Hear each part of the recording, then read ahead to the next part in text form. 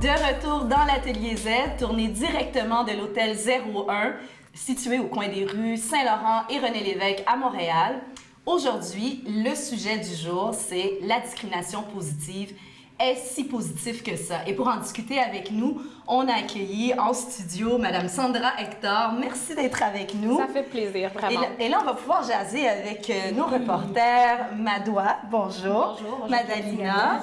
Bonjour à tous. J'ai très hâte d'entendre qu'est-ce que vous nous avez préparé parce que c'est vraiment un sujet d'actualité qui, à mon avis, n'est pas assez discuté sur la sphère publique. Madalina, on commence avec toi. Oui, pas assez discuté, mais assez ressenti. Mm. Alors, on parle beaucoup de sexisme et de racisme, mais je trouve qu'on parle un petit peu moins de l'agisme. Le mot, ça sonne un peu... Mais c'est le critère de l'âge, la discrimination par le critère de l'âge. Alors c'est vrai, on vit dans une société multiculturelle où parfois la cohabitation s'avère quand même difficile. Et on n'est pas toujours dans une égalité de traitement, je dirais. J'ai un exemple personnel. Je vivais à un moment donné en France et quand je rentrais dans les magasins, pour certains produits, il y avait des réductions. Et c'était écrit « réduction pour les étudiants ». J'étais étudiante à ce moment-là. Mais c'était pas n'importe quel étudiant de... Moins de 25 ans. Moins 25 ans. Donc voilà, je baignais dans la discrimination. Je me sentais un petit peu mise à part, mise de côté. Et c'est vrai, on ne devrait pas voir l'âge comme une barrière, ni mentale, ni physique, mais ça se passe.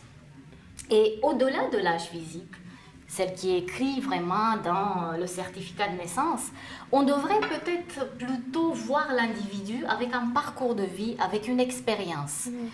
Et il y a quand même des employeurs qui ont compris cela. Et ici, on a Rona. Connaissez-vous Rona, le magasin? La grande bannière. Là où on achète le pot de peinture. Alors, qu'est-ce qu'ils font? Depuis 2009, ils ont mis en pratique une politique d'embauche vers les aînés. Il paraît que les clients sont satisfaits. Pourquoi? Parce que les personnes âgées sont plus à l'écoute. Ils sont plus sages. Plus expérimentés. Exactement, plus flexibles. Et on se sent plus en confiance. Oui. De prendre un conseil. De quelqu'un qui a déjà acheté une maison, on dit qu'il a déjà acheté une maison versus un jeune qui n'a pas payé ses études. Oui, tout à fait, c'est vrai. Il y a le bagage, là. Donc ça marche, ils se sentent valorisés. Puisque c'est tellement terrible pour une personne qui est en forme, même si elle a un certain âge, et qui veut travailler, d'accord, et que l'employeur lui dit, bientôt c'est l'âge de la retraite. Et puis c'est pas juste travailler, mais c'est surtout trouver sa place et se sentir valorisé. C'est ça. Oui. C'est ça. Mais finalement, il y a ce concept, ce mot on n'utilise pas trop, l'agisme. L'agisme, mais qu'est-ce que c'est l'agisme? C'est un concept qui a été inventé par un monsieur, par un Américain, qui s'appelle Robert Butler, et qui le définit, on l'a défini aussi tout à l'heure, mais il le définit comme un processus par lequel les personnes sont discriminées et stéréotypées, mais d'une manière, et ça c'est très important, permanente. C'est le mot là, permanente, qui fait qu'on est vraiment dans la discrimination. Et pourquoi on discrimine? Pourquoi? Par ignorance. Ou par une crainte profonde pour la mort et le vieillissement. Et on a beaucoup de préjugés, des stéréotypes envers les personnes âgées. Et on dit par exemple on dit que Qu'ils sont inutiles. Vraiment la difficulté à s'adapter au niveau technologique, qui sont en souvent parce que ça va tellement vite. Qui sont coûteux. Exactement, qu'ils sont là juste pour avoir des services, qu'ils sont un fardeau de la société, que ils ont un déclin mental et physique. Mais on ne les voit pas comme des personnes qui prennent vraiment part à notre société puis qui peuvent être actifs et qui le sont. Et puis, en raison de ça, souvent, on les isole d'abord par l'emploi, puis par la suite par toutes les autres sphères de la société où ce qu'on les met de côté. Exactement. C'est important, tout ce Après, il y a l'État qui arrive en donnant des lois. Mais est-ce que ça règle? Oui, on a des années, par exemple, l'année internationale des personnes âgées mise en place par l'ONU il y a longtemps, 1999. On a l'année encore européenne du vieillissement. vieillissement actif et de la solidarité intergénérationnelle de 2012 par le Parlement européen, mais ça peut servir, mais moi je trouve que c'est plutôt la conscience de chacun. Oui, mais on revient encore au fait que c'est pas juste les mesures politiques qui doivent être mises de l'avant, C'est le mais il y a un travail de devoir chacun. d'éducation et de sensibilisation Et la auprès communication. de la société. Oui. C'est ce qu'on apprend en sociologie. Un vrai changement structurel. En fait, pour avoir un vrai changement social, d'abord, il faut dire qu'il soit structurel, mais ensuite qu'il soit bien intégré, qu'il soit bien intériorisé par les différents acteurs de la société. Oui, qu'il soit bien appliqué. Oui. Exact. Donc, on vieillit, et je l'ai choisi ce sujet surtout parce qu'on passe tous par cette case, le Oui, vieillissement. on dirait que les gens y oublient qu'on Oui. s'en va là, nous aussi. On va être vieux, nous aussi, C'est vrai, à un moment c'est donné. vrai, On tout va à vivre fait. ce stéréotype-là nous-mêmes. Alors, créons la société dans laquelle on veut vivre. Exact. C'est vrai. Et Oui. d'autant Oui. plus qu'aujourd'hui, on a l'air de... Enfin, on se sent bien dans notre peau, mais aussi physiquement, on paraît plus jeune. Il y a des personnes qui paraissent vraiment plus jeunes que l'âge qu'elles font. Et c'est quand même dommage de dire à quelqu'un qui a l'air d'être jeune, qui se sent jeune dans sa tête, de dire, mais attendez, sur votre passeport, c'est écrit... donc, En fait, pour l'emploi, il faut faire attention parce qu'on n'aurait pas l'âge de l'individu. Donc, c'est pas... les individus, contrairement à d'autres pays en Europe, ils vont mettre leur date de naissance sur leur CV. Nous, au Québec, on ne fait pas ça justement pour éviter la discrimination. Dans ce sens. Dans ce sens-là. En fait, c'est pas demandé parce que justement, ça peut porter à discrimination. De la même façon qu'on va pas demander la photo, mais dans d'autres pays, ça se fait. Ici, non. Donc, on n'aurait pas l'âge, mais c'est certain qu'en entretien, ben, on peut voir. C'est ça, en entretien. On le voit tout de suite. Exactement, Ouais. c'est ça. Mais encore là, ça revient à ce qu'on disait plus tôt parce que c'est vraiment un biais.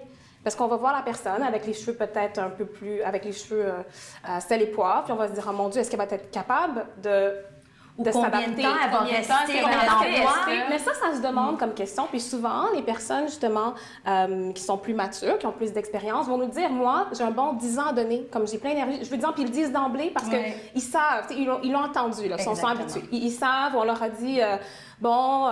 Vous êtes ben, proche de la justement, retraite. Exactement, fait qu'ils te le disent d'emblée, ou bien ils vont dire, j'ai 5 ans, mais c'est correct. Maintenant, en moyenne, les gens restent en emploi 18 mois. Donc, quelqu'un qui reste 3 ans, 5 ans, c'est bon. C'est bon. Wow. Donc, ça peut... Ben, ça me donne envie de vous poser la question avant qu'on aille à ta conclusion, Madalina. Est-ce qu'on devrait se déclarer sur son CV? Ouais, qu'on est une femme ou on est issu d'une minorité ethnique? Ou... Est-ce qu'on parce que souvent on nous le demande, hein? Oui. Maintenant de plus en plus. Tout à fait. Lors du processus d'application, donc encore là, ça serait pas sur le CV. Bon, mais c'est sûr qu'avec le prénom, des fois, on peut savoir là, si on est une femme ou bon. Mais en fait, ça serait plus dans le processus d'application. Souvent, maintenant, ça se fait en ligne. C'est pour ça qu'on veut que les gens... c'est long, tous les formulaires à rentrer, mais c'est en partie pour ça. Tu sais, on doit valider certains paramètres, puis on va demander ça. Mais ça, je dirais, honnêtement, c'est personnel à chacun. Je dirais que Parce c'est que moi, quand personnel je à vois chacun. ça, je me sens pas du tout interpellée. Quand je vois minorité visible, je ne coche pas. Là, La belle latine en toi. non, du tout. Je me sens pas que je suis une minorité visible. Ouais. Je pense que je suis québécoise. Exact. Donc, c'est J'ai personnel. grandi Exact. ici et je me sens pas du tout. Moi, j'ai un malaise à l'indiquer. Oui. Oui, puis pour être honnête, moi aussi, j'ai souvent eu un malaise. Ça fait longtemps que j'ai pas eu à remplir un formulaire. Mais dans le passé aussi, je veux dire, quand j'ai débuté ma carrière, je remplissais pas. C'est comme, je remplissais pas. Je comprends même Non. pas pourquoi il est là. Madalina, Je rapidement, on te rajouterais, laisse conclure. Oui, peut-être dans une seule phrase. J'ai presque envie de dire que vieillissons comme on veut, mais vivrons ensemble. Oui, Tout à fait. Et surtout, créons la société dans laquelle on Tout à veut fait. Mais vivre. on la Oui. crée, Oui. on est en train de la Oui. créer. Voilà, Madoua. Madoua. C'est drôle, on parlait des billets tantôt et je parlais donc sur nos CV, on n'indique pas la date de naissance, on n'indique pas la photo, mais on indique toujours le nom. Pourquoi pas des CV avec des numéros? Là, je lance ça vraiment à brûle pour point, mais parce que Ben, ce le serait nom- vraiment mais à non. compétence égale, Exactement. chance égale. C'est parce qu'on le voit, en fait, sur les CV, encore aujourd'hui, puis selon le dernier rapport de la Commission des droits de la personne et des droits de la jeunesse, c'est quand même, le taux de discrimination dans les entreprises privées est encore à 35 versus le 0 qui est affiché par les entreprises du secteur public à cause des politiques d'accès à l'égalité. Il y a quand même une personne sur trois qui se voit décliner son CV en raison de son nom, en raison du nom qui est indiqué sur le CV, notamment lorsqu'il a l'air d'être d'origine latino-américaine, d'origine maghrébine, d'origine africaine subsaharienne ou antillaise. Donc, ça fait partie d'un des facteurs de biais, autant ici qu'ailleurs. Oui. Puis, on le voit énormément. C'est en fait une excellente idée, je trouve, honnêtement, parce que, comme tu as dit, c'est un biais, c'est juste un biais, donc on est même inconscient. Donc, c'est de travailler sur les biais, mais on peut être inconscient de ça, donc il ne faut pas juger les individus qui reçoivent ces CV-là. Je crois pas que c'est la... Je crois pas que c'est... C'est pas une question de mauvaise foi. Oui, c'est ça. clairement. Comme je disais, c'est pas une mauvaise foi, mais c'est un vraiment très biais. intéressant qu'on se disait que les gens sont pas conscients Exact. de ces réflexes-là parce que bien souvent, quand on reçoit quelqu'un en entrevue, c'est sûr que, bon, dans les organisations dans lesquelles tu as évolué, vous avez un grand processus et puis c'est pas une seule personne qui recrute, mais bien souvent, dans une petite entreprise privée, les gens vont regarder, il va y avoir des gens qui leur ressemblent. Et pas nécessairement au niveau, ethnique ou au niveau des autres déficiences ou quoi que ce soit, mais on regarde la personnalité de la personne, puis on se dit, affinités, oui, on va avoir les des énergies. affinités, puis on a des énergies compatibles. Exact. Des fois, Donc, il dans suffit tout d'obtenir ça- un entretien, même si son nom comporte des Ça change Z, tout. Y, Oui, puis ça change tout par tout. après. Exactement. Donc, c'est dans ce sens-là que ton idée est bonne, parce que si ça serait justement, il n'y aurait pas ce biais-là à la base, ben, les gens iraient en entretien, puis après ça, bon, le gestionnaire pourrait peut-être être surpris. Puis Bien ensuite, souvent. ben, l'individu a la chance de se faire Ben, valoir. moi, je me questionne par sur rapport à la ses légalité compétences. de cette pratique-là. Ben, pour les numéros, ben, en fait, c'est ça. Je trouve que c'est une C'est bonne tout à fait idée. C'est comme c'est hypothétique, là. c'est une hypothèse, mais ça serait pas.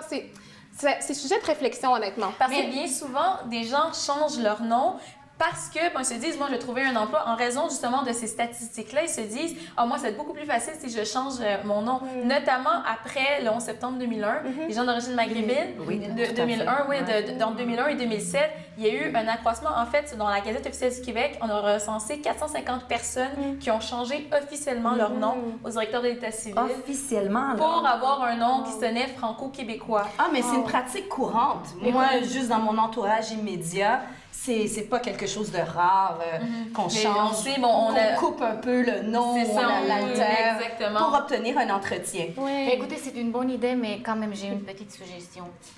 Ne restons pas dans les chiffres, pas des chiffres, des lettres, parce qu'on est dans les comptables. Non, c'est ça. Oui, effectivement. Parce que ça déshumanise. En fait, on essaie de trouver des solutions, mais la solution ultime, c'est qu'on voit plus les différences, puis que vraiment, le travail se fait, mais les qu'on voit mentalités les sont gens, Mais les très est-ce que c'est personnes. vraiment ça la solution? Moi, j'ai envie de dire que la solution ultime, c'est de célébrer justement les différences. Oui. Et de comprendre que c'est une compagnie qui a différents bagages Ouais. d'origine culturelle, Ouais. des employés qui parlent plusieurs langues, Et ce qui bagage. fait la richesse Tout à et la prospérité de cette entreprise. Tout à fait. Au niveau Ouais. de la prospérité, c'est bien intéressant ce que tu dis parce qu'une entreprise qui évolue à l'international, elle a besoin des gens de la diversité Mais pour oui. aller recruter des gens dans leur Exact. pays, puis En être fait, capable ouais. de prospérer à ce Et niveau-là. de comprendre la diversité Et de de la la société comprendre. et de sa clientèle Ouais. qui, Puis en est, fait- qui est issue de la société Oui, québécoise. tout à fait. En fait, toi, Ouais, tu c'est résumes culturel. mieux parce que c'est vraiment ça. Puis c'est ça l'approche qui se fait, c'est l'inclusion et la diversité. Puis justement, de le célébrer, puis de s'afficher comme ça pour justement aller recruter le talent, mais aussi pouvoir répondre aux besoins puis offrir les produits et services à la société. Donc, en fait, c'est ce que les entreprises sont en train de faire maintenant. Donc, on est sur la bonne voie.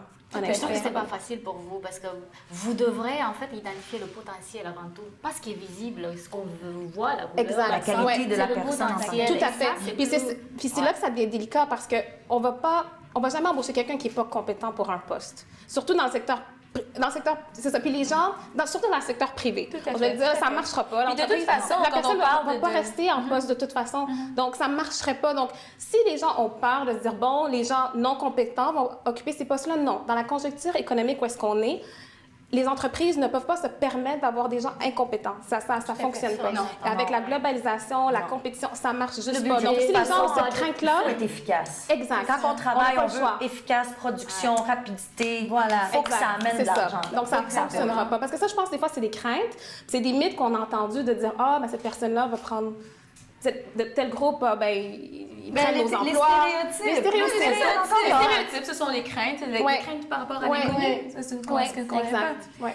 Madoua, je te laisse conclure. Ben oui, j'ai envie de conclure sur une étude du magazine The Economist. Je trouvais ça vraiment intéressant parce que eux, ils ont recensé justement aux États-Unis, les gens qui changeaient leur nom à ce niveau-là, puis c'était vraiment dans les années 30. Donc, on parle même pas d'une pratique qui est très récente. On parle d'une pratique qui est actuelle depuis près d'un siècle maintenant. Puis, ils se disaient, bon, les gens qui, justement, changeaient leur nom voyaient augmenter leur chance d'obtenir un emploi de 14 Quand même. Donc, c'est quand même assez intéressant. Puis là, ils se sont dit, il y a peut-être peut-être un biais par rapport à notre étude. Donc, on va évaluer peut-être est-ce que ces personnes-là étaient plus fortunées? Est-ce que c'est pour cette raison-là qu'ils ont réussi à se retrouver un emploi parce qu'ils étaient plus structurés, avaient plus de moyens, plus d'études? Donc, ils ont utilisé un jeu qu'on connaît tous qui est le Scrabble. Donc, en utilisant les lettres qui sont un peu moins, connues, donc X, Y, W, donc les lettres qu'on retrouve moins souvent dans les noms, donc un peu plus compliquées. Ouais. Donc, les noms qui sont habituellement d'une autre culture, donc qui valent plus de points au Scrabble, ces lettres-là qui sont plus rares. En les utilisant, en voyant que les mots qui formaient les lettres avec le plus de points étaient ceux qui justement l'utilisaient le plus. Donc, c'est pas une question de moyens, c'était vraiment plus la personne était éloignée culturellement, plus elle tendait à utiliser cette ressource et plus ça fonctionnait. Ben voilà. Intéressant. Merci beaucoup, Madalina et Madoua, pour ces deux belles chroniques. Et merci beaucoup à vous, Madame Ça fait Sandra plaisir Hector. de discussion, vraiment. Et puis nous, on vous revient après la pause avec nos coups de cœur.